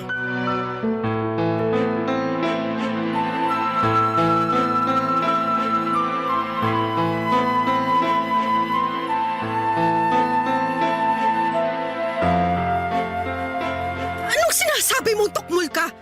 Man naman paulit-ulit na lang po ba tayo? Nasasayang laway ko kasasalita, di naman pala kayo nakikinig. Ay, ma, bakit niya po ako binatukan? Nakuha mo pa magtanong? Nakakairita ka! Ano po bang nakakairita sa sinabi ko kung yun naman po yung totoo? Hindi mo ba talaga makuha kung bakit ako nagkakaganito? Siguro nga mahina talaga ang ulo mo para hindi mo pa rin makuha yung punto ko. Grabe naman kayo, ininsulto niyo pa ako. Kakainis ka kasi! Ewan ko kung anong klaseng utak meron ka para maisip mo pang bumuntis at magkaanak. Hindi mo nga alam kung paano buhayin yung sarili mo. Paano hindi ko po alam hindi na naman po ako bata? Kaya ko na ang sarili ko at patutunayan ko yun sa inyo. Pwede ba, Danilo? Huwag mo nga ako pasikatan ng ganyan. Paano kaya mo ng sarili mo? Hanggang ngayon ako pa rin naglalaba ng mga damit mo. Patay yung mga brief mo, ako rin na naglalaba. Kailangan nyo pa po ba talagang sabihin yan? Aba, oo naman. Bakit hindi? Pwede ko naman yan ipagawa sa nanay na magiging anak namin. Total gawain ng mga babae yan. Yan! Diyan ka magaling! Yung iasa sa ibang tao, yung mga bagay na dapat ikaw na mismo ang gumagawa. Tsaka ganyan na lang ba talaga kababa ang tingin mo sa aming mga babae? Tagalaba, tagaluto, tagalinis ng bahay? Kasi kung oo ba, hindi ka na rin naiiba sa tatay mo. Manang-mana ka sa kumag na yon. Man naman kung di nyo ako kinukumpara sa ibang tao ginagaya nyo naman ako kay Papa. Baka nakakalimutan nyo na kahit anak niya ako, magkaibang tao pa rin kami. Aba, oo naman. Kasi kahit naman paano marunong mag-alaga ng mga anak niya yung tatay mo. Nabibilinan ko na yon sa inyong magkakapatid nung maliliit pa kayo. Ikaw! Kaya mo na ba mag-alaga ng bata? Magpalit ng diaper? Magtimpla ng gatas? Tingin ko kasi hindi pa Dahil mas mukhang alagain ka pa kaysa sa anak mo. Tapos ang lakas pa ng loob mo na sabihin na patutunayan mo sa akin. Bakit po ba imbis na suportahan nyo na lang ako, pinagsasalitaan nyo pa ako ng masakit? Naturingan pa naman kayong nanay ko pero masyado kayong masakit manalita. Nasasaktan ka kasi totoo yung mga sinabi ko. Tsaka paano kita susuportahan hindi mo nga pinakinggan yung mga pangaral ko sa'yo nung araw? Na imbis na pag-aaral mo ang atupagin mo, mas pinili mo ang magkaanak. Apo niyo rin naman po yung magiging anak ko ah. Apo ko nga! Pero sana lang, wag na wag mo siyang idadamay sa pagiging miserable ng buhay mo. Kawawa naman kasi yung magiging anak mo. Hindi mangyayari yung bagay na yon dahil magsisikap ako sa buhay. At patutunayan ko sa inyo na aasenso ako, na hindi ako magiging miserable at di rin magagaya sa akin yung magiging anak ko. Alam nyo ma, naiintindihan ko naman kung bakit kayo nagagalit sa akin kasi nga hindi ko kayo sinunod na tapusin ang pag-aaral ko. Pero sana maintindihan nyo na hindi lahat ng kabataan gusto makapagtapos ng pag-aaral. Di lang talaga para sa akin ang bagay na yon kaya wag nyo na akong pilitin. Ngayon na magkakaanak na ako, gusto ko na lang magtrabaho para kumita ng pera. Bahala ka sa buhay mo. Matanda ka na. Basta, huwag ka lang lalapit sa akin at magsasabi na sana tinapos mo ang pag-aaral mo imbis na nag-anak ka ng maaga. Papa Dudut, aminado ako na wala pa akong alam sa pagkakaroon ng anak at tama naman lahat ang mga sinabi sa akin ni Mama noong sinermonan niya ako. Pero nang mga panahong yon, alam ko sa sarili ko na mas gusto ko nang maging tatay kesa tapusin ang pag-aaral ko. At kahit na nakonsensya pa ako ng bahagyan ng umiyak si Mama, ay tinatagang ko na lamang ang aking loob at sa huli ay tuluyan na akong nawala ng pakialam sa damdamin niya. Para sa akin, matanda na ako para patuloy pa rin niyang pakialamanan sa kung ano ang desisyon na gusto kong gawin sa aking buhay. At para sa akin, Papa Dudut, ay kakayanin ko naman siguro magtrabaho upang kumita ng pera nang sa ganon ay may maipangtustos ako sa aking anak. Kaya nga kahit na hindi masaya ang nanay ko sa nangyari, ay pinangatawanan ko pa rin ang kagustuhan kong magkabibi na noong mga panahong yon, Papa Dudut. Barangay Love Stories. Barangay Love Stories. At dahil nga sa hindi ko na tinapos ang pag-aaral ko, ay hindi na rin po ako nakagraduate ng high school, Papa Dudut. Sobrang laki ng panghihinayang ng nanay ko dahil 1 taon na lamang ay hindi ko pa raw pinagbigyan. Patuloy pa rin niyang sinumbat sa akin ang lahat ng pera na ginastos niya, pambaon ko at pagbibigay niya para sa mga projects noong araw na nag-aaral pa ako. Bagay na kinainis ko talaga ng husto sa kanya. Sa huli, wala na rin naman siyang nagawa sa desisyon ko na mas piliin ko ang aking anak. Kaya lang inarealize ko na mahirap pala talagang kumita ng pera.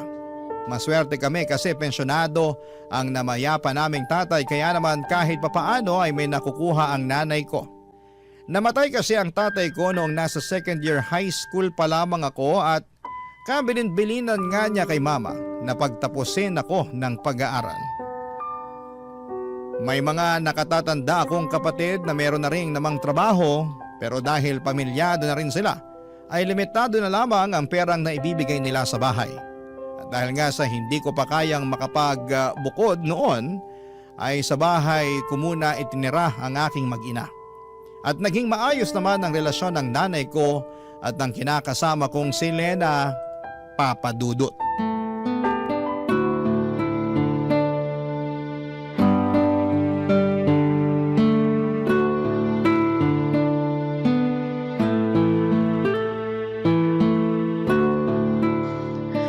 Alam mo, Lena, ito ha. Payong nanay lang. Total ako na rin naman yung tumatayong nanay mo dahil dito kayo nakatira sa bahay ko. Ano po yan, Ma? Kapag nakakalakad na yung anak mo at matibay na yung tuhod, turu-turuan mo na ng mga gawaing bahay. Hindi kasi porke lalaki, dapat masanay na walang alam sa buhay. Hindi dapat kalakihan ng apo ko na palaging umaasa sa mga babae, sa mga bagay na pwede naman nilang gawing mag-isa. Yun naman po talaga ang plano kong gawin pag lumaki na po yung anak namin ni Danilo. Napaunti-unti, tuturuan ko siya na gumawa ng mga gawaing bahay para may alam naman siya. Oo, kasi yan yung bagay na hindi ko nagawa at naturo nun kay Danilo. Biruin mo ha, 4 silang magkakapatid at si Danilo lang ang lalaki. Siyempre, dahil nga uniko iho, spoiled ng tatay, kaya pinagbawalan ako na paggawain ng mga gawaing bahay. Palibhasa, Magkalinyang pag-iisip ng mag-amang yon. Kaya nga lagi ko sinasabi kay Danilo na manang-mana siya sa tatay niya. Medyo napansin ko nga po kay Danilo na ayaw niya na gumagawa ng mga gawaing bahay. Mabilis mag-init ang ulo niya. Tapos pag ginagawa naman niya hindi pulido yung trabaho niya. Kagaya na lang pag naguhugas siya ng pinggan. Madalas masebo pa yung mga hinugasan niya kaya nag-aaway kami. Kaso ayaw din talaga patalo nung anak niyong yun eh. Mangangatwiran pa na sana raw ako na lang gumawa para di na ako magreklamo. Gawain niya talaga yan. Kaya nga puro sakit ng ulo yung daladala niya sa pamamahay na to. Lalo na nung nagsipag-asawa na yung mga ate niya. Siyempre bago kayo dumating ng apo ko sa buhay namin, kami lang dalawa magkasama. Aba hindi ko maasahan ang lintik na yan sa mga gawaing bahay. Mas inuuna pa ang magreklamo kesa tumulong sa akin. Tapos kung gagawa naman magdadabog. O kaya hindi aayusin yung ginagawa. Kaya madalas kami nag-aaway. Akala ko nga magbabago na siya ngayong tumanda na at nagkaanak. Pero para bang naging mas malala pa kasi lahat inaasa na niya sa'yo. Kawawa ka naman tuloy. Ma, bakit kung ano-ano na naman pong pangit na bagay yung sinasabi niyo kay Lena tungkol sa akin? Ha? Ay hindi Wala ko sinasabing ganon. Anong wala? Dinig na dinig ko kayo, nandun pa lang ako sa may pinto. Mahal, hindi mo naman sinabi na uuwi ka ng maaga. Oo, kasi wala kaming overtime. Kaya tuloy nahuli ko kayo na pinag-uusapan ako. Nagkukwentuhan lang naman kami ni Mama. Tapos ako yung naisip yung pagkwentuhan, ganon? Nabanggit lang naman ni Mama. Hindi ka naman namin sinadyang pag-usapan. Pakiramdam ko sinadya nyo kasi kanino ko pa nakakagat yung dila ko eh. Bakit pa kasi apektado ka dyan? Sa totoo naman yung lahat ng mga sinabi ko kay Lena tungkol sa'yo. Di lumabas na rin yung totoo na pinagkwentuhan nyo nga ako. Ay, hindi lang palabas na pinagkwentuhan. Dahil sinisiraan nyo ako sa kinakasama ko. Anong sinisiraan? Hindi ganun yun, no?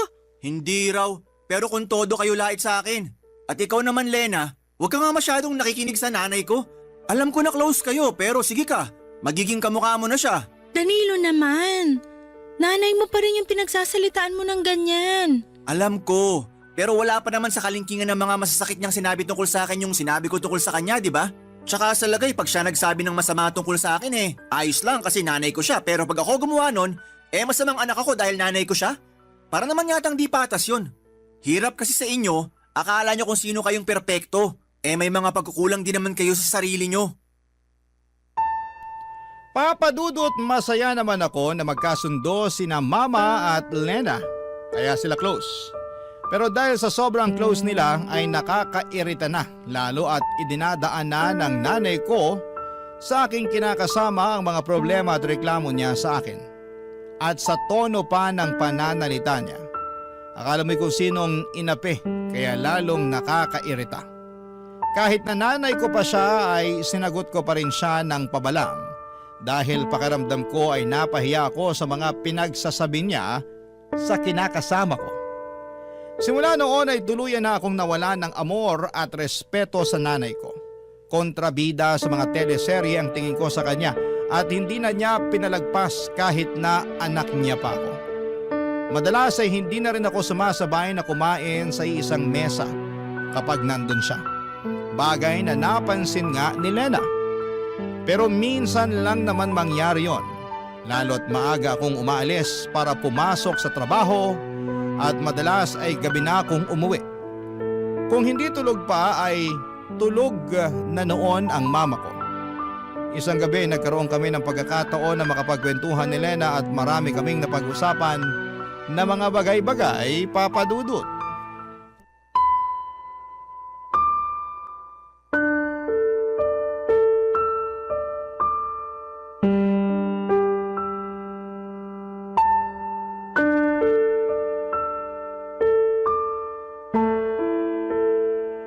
Namimuhan ka na naman dahil 5 beses kang na-late sa cut-off nyo. Oo, di mo ba nabasa dyan? Nagsorry na lang ako para kunwari may pakay ako sa memo nila. Paano nangyari yun? 10 minuto lang naman yung layo ng tinitira natin sa pinapasukan mo. Paano ka nalilate? Ha? Ano kasi? Ano? Ang nilagay mo lang kasi rito sa incident report mo hindi na mauulit. Ano yun? Wala man lang rason. Wala rin namang kwenta na magrason pa kasi nandyan na nga yung memo, di ba? Sige. Balik tayo sa tanong ko. Ano nga yung rason? Bakit ka nalilate? Bakit kasi inaalam mo pa? Kita mong tapos na naman, di ba? Sagutin mo na lang tanong ko. 1, 2. Oo na. Ikaw talaga, ano? Ginawa mo pa akong bata. May nalalaman ka pang pabilang-bilang dyan. Danilo, 3. Huwag mo nang hintaying mag-4, makakaltukan kita. Minsan kasi, hindi namin napapansin ng mga kasamahan ko na 8:00 na pala. Tapos napasarap pa yung yosi at kwentuhan namin sa kantin. Ang aga-aga namang chismisan yan. Hindi naman palagi. Anong hindi palagi? Nung nakaraang buwan namemohan ka rin dahil panay ka over break. Tapos magdadahilan ka pa na hindi palagi. Alam mo, lokohin mo na lelang mo, wag ako. Oh, ayan ka na naman. Nagagalit ka na naman. Sige nga, sabihin mo paano ako hindi magagalit habang tumatagal papangit ng papangit tong record mo sa kumpanya nyo eh. Parang kailan ka lang naman nagsimula rito.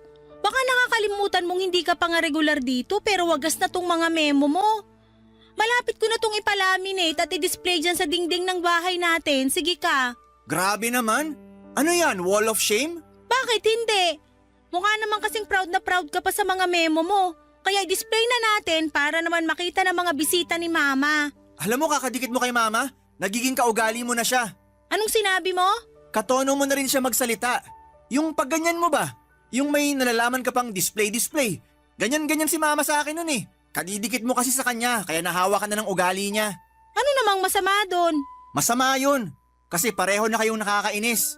At kami pa palang nakakainis. Kasalanan ba namin na nagkakaintindihan kami pag tungkol sa iyo ang usapan? Saka wag mo ngang ibahin ang usapan.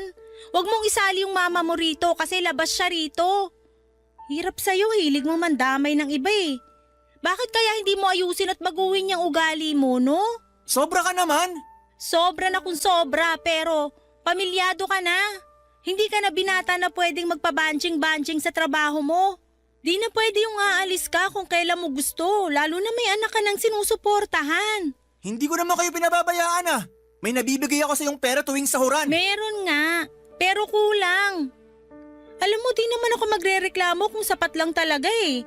Pero mapapanot na lang ako sa kakabudget, hindi ko talaga mapagkasya yung sahod mo. Buti sana kung hindi ka pala hingi ng masarap na ulam. Gusto mo pa palaging nagkakarne. Palibasa wala kang alam sa presyo ng kilo nun sa palengke. Ay, magkaroon ka naman ng pangarap para sa amin ng anak mo. Paano tayo makakaipon para makabukod niyan kung ganyan ka magtrabaho? Please Danilo, ayusin mo naman. Papadudot kahit na nainis ako kay Lena dahil sa dami ng mga issue na sinabi niya sa akin hindi lang sa trabaho kundi sa nanay ko na rin, ay alam ko sa aking sarili na totoo naman ang lahat ng yon. Paiba-iba ako ng mga napapasukan at wala akong naging permanenteng trabaho dahil sa dami ng problema ko. Kadalasan po ay tungkol yon sa pakikisama at minsan kasi sobra-sobra tapos ay minsan naman ay kulang na kulang. Madali rin akong magsawa at tamarin sa isang bagay na paulit-ulit ko nang ginagawa. Kaya nga kahit na anong kagustuhan naming makapagbukod ni Lena ay alam namin na hindi pa talaga kakayanin dahil sa liit at hindi stable na kinikita ko. Tapos imbes na magsikap sa pagtatrabaho at lumakas ang aking loob para mas makapagpatuloy ay na-depress ako. Pakiramdam ko ay naparalisa ang buong katawan ko sa mga problemang binato sa akin ng kapalaran. Kaya naman hindi ako makakilos ng maayos ng mga panahong yon. Papadudot. Barangay Love Stories. Barangay Love Stories. Papadudot, hindi na nga ako produktibo sa aking ginagawa ay natanggal ako sa pinapasukan ko ng mga panahong yon. Pero inilihim ko yon kay Lena dahil baka mag-alala siya at mamroblema. Nakiusap na lamang ako sa iba kong kakilala sa dati kong mga pinasukan na bigyan ako ng racket para naman kahit papaano ay may kitain ako, pero alam ko na niloloko ko lamang ang aking sarili dahil hindi matatapatan ng mga barya-baryang kita ko ang sinesweldo ko kada kinsenas at katapusan sa dati kong pinapasukan na kalkulado ko na ang aking kikitain. Kaya naman napansin nyo ng misis ko. Kaya para mapagtakpan na natanggal ako sa trabaho at makapagbigay pa rin ng pera kay Lena nang hindi niya pinagdududahan ay nangutang na nga po ako. Alam ko naman na mapanganib yung ginawa kong yon pero ayoko lang talagang mag-away kaming dalawa. Saka hindi pwede na mawalan ako ng perang pambigay dahil nga may anak kami na sinusuportahan ko. Kaya lang ay lumobo lang ang utang na yon. At umabot na sa punto na hinahunting na ako ng mga pinagkakautangan ko. Kaya wala na rin po akong nagawa kundi ang magsabi kay Lena at tulad ng reaksyong inaasahan ko ay nagalit siya sa akin ng husto, Papa Dudut.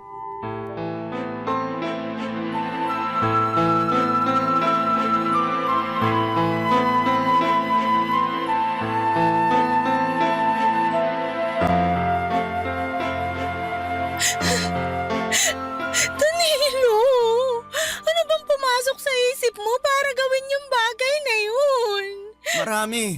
Sa sobrang dami di ko na alam ano talaga yung tama sa mga naiisip ko. Kaya nagpadalos-dalos ka na lang sa desisyon mo, ganun ba? Akala mo siguro yun yung tamang gawin, pero hindi mo na naisip yung balik nitong problema sa atin. O ngayon, wala ka na nga trabaho tapos ang dami mo pang utang. Pero nagawa ko lang naman yun para hindi magkulang sa perang binibigay ko sa'yo. Baka nakakalimutan mong panereklamo mo sa akin na kakarampot lang ang sinusweldo ko. Magkaibang bagay naman yun. Kasi itong mga binibigay mo sa akin ngayon, inutang mo pala. Hindi ka ba nakikinig? Ginawa ko lang naman yun kasi nga kailangan... Nakikinig ako at naiintindihan ko ang rason mo pero kahit anong gawin ko, hindi ko pa rin matanggap na kailangan mo pang mangutang pantapal sa sweldo mo kasi nawalan ka ng trabaho. Yun yung punto ko doon, Danilo. Nawalan ka ng trabaho at hindi mo yun sinabi sa akin. Naiintindihan mo ba yung bigat ng kasalanan mo? Oo, pero... Pero ano? Sabihin mo! Natakot kasi ako sa'yo eh. Natakot ako sa kung anong pwede mong sabihin sa akin. Kung ano man ang mga sasabihin ko sa'yo, alam mo sa sarili mo na totoo lahat yon. Hindi naman kita pagsasalitaan ng masakit kung wala akong dahilan, di ba? Pero ikaw ang gumawa ng mga dahilang yon. Tapos silitanyahan mo ako ng ganyan. Kaya nga kasalanan ko talaga yung nangyari. Natakot ako na harapin yung bunga ng mga maling desisyon ko. Natakot ako na marinig sa'yo lahat ng mga pagkakamali ko. Kasi kilala ko ang sarili ko eh. Imbis na tanggapin yung mga kasalanan ko at magsikap, madali ako maapektuhan. Kaya nalulugmok agad ako. At yun din ang dahilan kaya naging desperado na ako. Sana iniisip mo man lang kami ng anak mo bago ka naging desperado. Iniisip ko naman kayo. Palagi ko kayong iniisip kaya nagawa ko yung mga bagay na yun. Maniwala ka sa akin, Lena. Mahal na mahal ko kayo ng anak natin. Ewan ko, pero malapit na talaga akong maniwala sa mama mo na hindi ka maasahan. Si mama na naman. Alam mo, namumuro na talaga sa akin yung nanay ko na yan. Bakit ka nagagalit sa kanya? Totoo naman yung mga sinabi niya. Saka kumpara sa akin mas matagal ka nang nakasama ng nanay mo kaya kabisado na niya yung ugali mo. Oo nga, pero hindi pa rin tama na sinisiraan niya ako sa'yo. Hindi ka niya sinisiraan. Ikaw ang sumisira sa sarili mo. Pwede ko naman kasing hindi paniwalaan yung mga sinasabi niya dahil araw-araw nagbabago ang tao para sa ikabubuti niya. Pero hindi mo yung magawa sa sarili mo. Sa katunayan, puro na lang sa ikasasama mo at ng pamilya natin yung mga ginagawa mo. Sabihin mong hindi, patunay yung mga memo mo sa dati mong trabaho sa mga violation na pinaggagawa mo. Sorry na, hindi ko naman sinasadya eh. Siguro nga tama kayo ni Mama na masyado kong sutil at hindi maaasahan. Ewan, personalidad ko na siguro. Akala ko nun wala makakapagpabago sa akin kasi kahit nga mga pangaral ng nanay ko hindi ko sinusunod. Sabi niya mag-aral daw ako ng mabuti para makapagtapos ako pero inayawan ko kasi nahihirapan ako. At tingin ko hindi para sa akin ang pag-aaral. Pero mas nahihirapan ako ngayong maghanap ng matinong trabaho dahil prioridad ng mga ina-applyan ko yung mga may tinapos. At wala ako nun. Kaya nga pakaisipin mo yung mabuti dahil hindi mo na mababalik yung nakaraan. At kahit na magsisi ka pa at magmukmok, wala ka nang magagawa. Alam mong hindi yan ang sagot kundi magpakatino at magpatuloy. Pero kung hindi mo talaga kaya, hayaan mo akong tulungan ka. Ako na magtatrabaho, ikaw magbantay sa anak natin. Papadudot para akong binanlian ng kumukulong tubig na sinundan ng isang balding punong-puno ng yelo dahil sa mga sinumbat sa akin ni Lena. Lahat kasi yon ay totoo at para bang natapakan noon ang aking pagkalalaki. Kasi wala naman akong nagawa, alam ko na pag ako lang ang dumiskarte ay lalo kaming mababaon sa utang. Nung ako pa nga lang mag-isa ang nakakaalam ng problema ko ay para bang masisira na ako ng ulo. Kaya nga tulad ng payo sa akin ng kinakasama ko ay nagsikap ako sa paghahanap ng trabaho. Pero pinag-isipan ko rin naman kung siya na lang muna ang pagtatrabahuhin ko dahil mas madiskarte at malakas ang loob niya kaysa sa akin. Hindi nga nagtagal ay pumayag akong mamasukan si Lena at kapag rest day niya ay ako naman ang rumaraket. Pinatos ko na talaga kahit na anong pwede katulad ng pagtatao sa mga tindahan, pagiging delivery boy or waiter sa mga catering event. Lahat ng yon ay ginawa ko para makapag-ipon ng pambayad sa aking mga utang. At hindi yon lingid sa kaalaman ng nanay ko, Papa Dudu.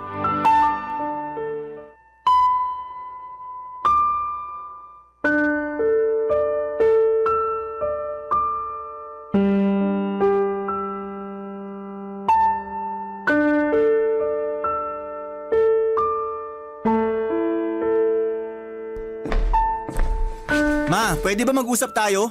Anong pag-uusapan natin? Kita mo nagbabasa ako ng pocketbook eh. Mamaya na lang po kayo magbasa. Importante po kasi to. Ano ba kasi yun? Kagabi po dun sa birthday party ng kumare nyo. Alam kong nandun kayo kasi nga kumare nyo yung kumuha sa catering namin para sa party nila. Andun nga ako. O tapos? Anong o tapos? Manaman eh, naglolokohan ba tayo rito? Oo. Naglolokohan lang tayo rito kasi hindi ko maintindihan yung tinutumbok ng usapang to. Ano ba kasi ang gusto mong sabihin? Sabihin mo na. Hindi yung inaabala mo ang pagbabasa kung lentik ka. Tinatawag ko kasi kayo kagabi doon dahil isa ako sa mga waiter. Pero hindi nyo man lang ako pinapansin. Nakailang tawag ako ng mama pero di kayo lumilingon. Napansin na nga ako nung katabi nyo at sinabihan kayo na tinawag ko kayo pero umiling lang kayo at kumain. Inisip ko na lang na baka wala kayo sa mood makipag-usap kaya nagtrabaho na lang ako. Pero pagdaan ko ulit sa likod nyo, narinig ko na nabanggit ng katabi nyo yung pangalan ko. Kasi nga raw nakita niya ako na nag-waiter sa catering service tong party na yon. Pero sabi nyo, hindi ako yon. Na wala kayong anak na ganun ang trabaho. Tama ba naman yun? Sa ayaw ko lang na pag-usapan yung tungkol sa'yo kaya ganun na lang sinabi ko. Tinatanong ko kung tama ba yun kasi nakaka-insulto kayo eh. Para sa akin tama yon. Kasi yung mga taong yon, sigurado akong pagtatawanan ka pag kinumpirma ko na ikaw nga yun at ganun lang ang trabaho mo. Kaya sinabi ko na hindi ikaw para matapos na agad ang usapan namin. Tsaka kung na-insulto ka, kamusta naman yung nararamdaman ko bilang nanay mo? Akala mo yata hindi masakit sa akin na pagtawanan ng ibang tao yung hanap buhay mo. Kasi maliit yung kita, ganito ganyan. Lalo alam ko naman sa sarili ko na ginawa ko ang lahat para mabigyan ka ng mabuti at maayos na kinabukasan. Hirap sa inyo, inuungkat nyo na naman yung nakaraan eh. Ang problema rito yung pagtanggi nyo sa akin na anak nyo. Bakit ka nagagalit sa bagay na yon? Kasalanan ko ba? Na hirap akong ipagmalaki ka dahil sa ugali mong yan? Kung yung pagiging sutil ko nung araw ang sinasabi niyong ugali, nagbago na ako. At nagsisikap na ako ngayon para sa pamilya ko, ma. Dapat lang naman talaga na magsikap ka. Dahil nabanggit sa akin ni Lena na marami ka raw pinagkakautangan na kailangan mong bayaran. At lahat ng yon ay kagagawa ng padalos-dalos mong desisyon sa buhay. Kahit nanay mo ko sumuko na ako sa ugali mong yan. Kaya hindi mo ako masisisi kung ganito ako sa'yo ngayon. Para sa akin, pambawi ko to sa lahat ng konsumisyon na pinaranas mo sa akin nung araw. Kumbaga gusto ko na lang na hindi mangonsumi sa'yo. Lalo na't nandyan naman na yung kinakasama mo. Kawawa nga lang siya kasi ang bata-bata pa baka tumanda agad kung hindi ka magbabago. Alam mo Danilo, imbis na umiyak-iyak ka dyan o magtampo-tampo, mabuti pang gawin mo pagtuunan na lang ng atensyon ng buhay nyo. Magsumikap ka para makabayad ka sa mga utang nyo. Magpakatino ka sa pagtatrabaho para matustusan mo ang mag-ina mo. Patunayan mo sa akin na responsable ka na. Baka sakaling magbago ang tingin ko sa'yo. at maipagmalaki na kita. Papa Dudut, alam kong masakit ang mga sinabi sa akin ng mama ko. Pero wala naman akong magawa dahil lahat ng yon ay totoo at tagos sa buto. Kasalanan ko naman talaga ang mga maling desisyon ko sa buhay kaya naging pangit ang resulta nito. At ang masakit pa ay karamay ko pa sa mga kamalasang yon si Lena at ang aming anak. Pero ayoko nang malugmok at patuloy na kaawaan ng aking sarili sa sitwasyon na kinasasadlakan ko. Sa halip ay nagsikap ako para makabangon. Hindi nagtagal ay nakaipon naman kami ng pera ni Lena na pambayad sa mga utang ko at pinangako ko sa kanya na hindi na ako basta-basta gagawa ng desisyon na hindi siya kinukonsulta. Marami po akong natutunan sa mga karanasan ko sa buhay na dinala ko nitong tumanda na ako. At kasama na nga doon yung mga hindi pagpapasaway sa mga magulang natin. Dahil posible nila tayong bawian pagdating ng panahon. Pero hindi naman ako tuluyang kinahiya at tinakwil ng mama ko and in fact, maayos ang relasyon namin ngayon dahil pinatunayan ko sa kanya na seryoso na ako sa pagbabagong buhay para sa ikauunlad ng aking sarili.